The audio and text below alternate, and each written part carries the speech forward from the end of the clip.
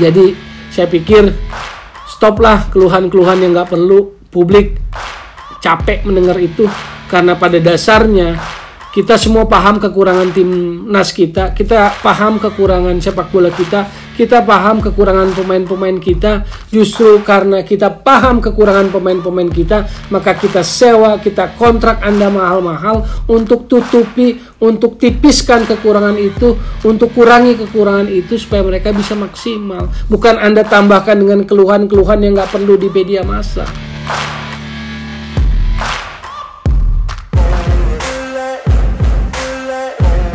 Oke, balik lagi di Gocek Bung Toel. Hari ini saya mau bahas timnas karena mulai hari ini 1 Maret timnas Indonesia U20 memulai perjalanannya di Piala Asia U20 di Uzbekistan. Grupnya berat. Ada Irak, ada Suriah, dan juga ada tuan rumah Uzbekistan. Jelas grup yang berat dengan finalis 16 finalis. Jadi ini bukan event yang enteng. Ini putaran final Piala Asia U20. 4 besar atau yang lolos ke semifinal di Piala Asia U20 ini akan lolos atau mendapatkan tiket ke Piala Dunia U20. Indonesia sih sudah lolos karena sebagai tuan rumah, tetapi tantangannya tentu harus menguji kemampuan. Nah, kali ini sebetulnya yang mau saya soroti adalah pelatih Sinteyong. Jadi saya agak terganggu dengan pernyataan Sinteyong menjelang keberangkatan ke Uzbekistan, karena pernyataan-pernyataan yang dilontarkannya lewat media massa itu nadanya nada pesimis. Nah, saya agak terganggu dengan pernyataan-pernyataan itu karena buat saya adalah sangat sangat pesimis gitu loh. Sinteyong meminta publik jangan berekspektasi dengan hasil di Uzbekistan ini. Persiapan mepet. Kekuatan tim hanya 50% karena tanpa Marcelino, tanpa 3 pemain yang sedang diproyeksikan naturalisasi. Jadi buat saya ini miris, saya sedih, saya terganggu karena seorang pelatih, pemimpin, komandan perang, mau perang tapi nadanya pesimis gitu loh. Padahal begini, publik bola itu nggak bodoh-bodoh amat, termasuk saya, bahwa Piala Asia U20 ini event yang berat. Apalagi grup A atau grup manapun lah. Grup B, grup C, grup D, 16 finalis ini lawan berat semua. Termasuk grup A ada tuan rumah Uzbekistan, Irak, dan Suriah. Jadi soal hasil sebetulnya yang namanya publik bola, insan bola, yang ngerti bola, sebetulnya soal lolos tidak lolos itu hal lain, hal kedua. Hal pertama yang mau dilihat dari insan bola, publik bola tanah air adalah bagaimana perjuangan, usaha, kerja keras, dan permainan dari timnas U20. Asuhan Sinteyong. Sebetulnya itu yang mau dilihat. Nggak lolos ke babak berikutnya pun seandainya, katakanlah seandainya tidak lolos pun, kalau permainannya begitu kuat, begitu menunjukkan kerja keras, pantang menyerah, berani melawan Irak, Suriah maupun Uzbekistan, saya pikir publik akan angkat topi dan tetap memberikan harapan buat Piala Dunia U20 nanti. Tapi kalau belum pelatih Sinteyong, pelatih kepala sudah kecil hati, nadanya pesimis dalam pernyataannya di media massa, saya pikir ini atmosfer yang nggak bagus. Ini sikap mentalitas yang nggak bagus dari Sinteyong gitu loh, kecil hati gitu loh.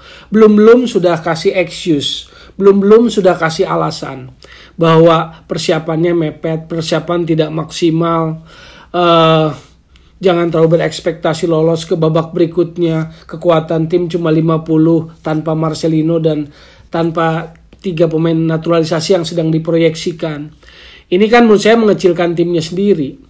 Bayangin, tanpa Marcelino dan tanpa 3 naturalisasi, yang lainnya dianggap 50% gitu loh.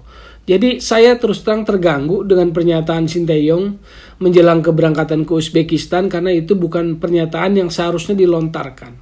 Kalau ada kekhawatiran, simpanlah dalam hatimu sendiri Sinteyong sebagai seorang pelatih kepala, dan lebih baik berikan kepercayaan diri. Nggak perlu itu diumbar ke media massa, tidak terlalu yakin, tidak, ini nada-nadanya pesimis di media massa. Jadi saya agak terganggu dengan pernyataan itu gitu loh. Padahal Sinteyong sudah 3 tahun melatih di Indonesia, tapi menurut saya masih terlalu banyak keluhan, banyak keluhan-keluhan lah yang nggak perlu menurut saya sih di saat seperti ini. Apalagi Piala Dunia tinggal hitungannya 80 hari.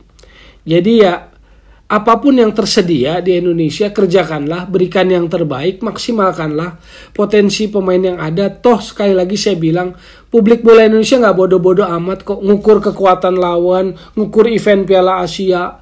Nggak perlu Anda kasih excuse di awal bahwa jangan terlalu berharap, jangan berekspektasi kekuatan tim ini 50%. Nah menurut saya sih Anda terlalu pesimis. Anda kecil hati, dan sebagai pelatih kepala Anda tidak seharusnya ngomong seperti itu. Berikan keyakinan diri, hadapi saja medan perang di sana di Uzbekistan, karena publik, karena insan bola akan melihat perjuangan. Karena publik, insan bola akan melihat kerja keras itu kelihatan di lapangan. Bukan soal menang kalah saja gitu loh. Orang bola ngerti kok ngukur bola. Yang nggak ngerti ngukur bola, yang selalu berharap berlebihan itu pejabat-pejabat negeri ini, pejabat-pejabat yang ngaku orang bola di negeri ini, termasuk buat nanti Piala Dunia. Nah Anda nggak perlu terbiaskan dengan itu. Anda fokus pada sepak bola, Anda didik, Anda maksimalkan potensi pemain-pemain yang ada, Hoki Caraka dan kawan-kawan, Arkan Fikri dan kawan-kawan, Janadin Faris dan kawan-kawan, Muhammad Ferrari dan kawan-kawan. Jangan sebut mereka 50% ketika Marcelino Ferdinand nggak ada. Bener, Marcelo Ferdinand pemain hebat, pemain berbakat, pemain yang berbeda, tetapi nggak usah juga kecilkan yang lainnya jadi sekedar 50% gitu loh. Nah ini yang mengganggu saya dalam perjalanan Timnas U20 menuju Piala Asia U20 di Uzbekistan. Jadi saya pikir stoplah keluhan-keluhan yang nggak perlu. Publik capek mendengar itu, karena pada dasarnya kita semua paham kekurangan timnas kita paham kekurangan sepak bola kita paham kekurangan pemain-pemain kita. Justru karena kita paham kekurangan pemain-pemain kita, maka kita sewa, kita kontrak Anda mahal-mahal untuk tutupi, untuk tipiskan kekurangan itu, untuk kurangi kekurangan itu supaya mereka bisa maksimal. Bukan Anda tambahkan dengan keluhan-keluhan yang nggak perlu di media massa. Saya berharap Sinteyong dengar ini gitu loh. Jangan excuse di depan, kerjakan saja gitu loh. Publik tahu kok, saya juga tahu kok menilai. Termasuk saya tahu perbedaan perlakuan antara pengurus kemarin dengan pengurus yang sekarang yang baru hitungan hari.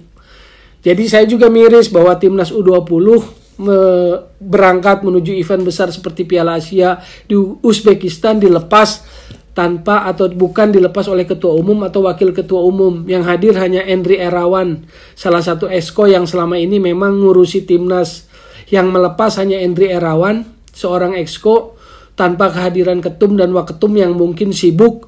Dan ini jelas adalah sebuah touching, sentuhan, pendekatan yang berbeda dibandingkan sebelumnya Iwan Bule. Memang Iwan Bule punya sentuhan yang lebih kebapaan, sehingga timnas selalu mendapatkan perhatian lebih dari Iwan Bule, selalu disentuh, bahkan kalau mau keberangkatan selalu dihampiri sebagai seorang bapak melepas anaknya. Dan mungkin itu yang akan dirasakan oleh para pemain kali ini. Ada perbedaan situasi, ada perbedaan suasana, ada perbedaan sentuhan, ada perbedaan perhatian. Yang dulu dia dapatkan dari seorang bapak yang namanya Iwan Bule, dan sekarang mereka nggak dapatkan dari seorang Erick Thohir, tidak didapatkan dari Zainuddin Amali, dari Ratu Tisa yang nggak ada waktu pelepasan Timnas U20. Yang ada hanyalah seorang Endri Erawan. Jadi kita semua ngerti kok, cuma cukup buat Sinteyong nggak usah keluarkan keluhan-keluhan pesimis, nada pesimis. Kita lihat aja bagaimana perjuangan adik-adik kita nanti di Tashkent. Saya pikir hasilnya apapun kita terima menuju Piala Dunia U20 nanti yang tinggal 80 hari. Jadi itu saja yang mau saya sampaikan untuk teman-teman Gocek Bung Toel terkait Timnas U20, Sinteyong dan juga Exco PSSI saat ini terkait perhatian dan sentuhannya pada Timnas U20 yang berangkat menuju Uzbekistan. Sekali lagi semoga tidak bosan untuk tetap jadi solusi, bukan polusi sepak bola, dan tetap di Gocek Bung Toel.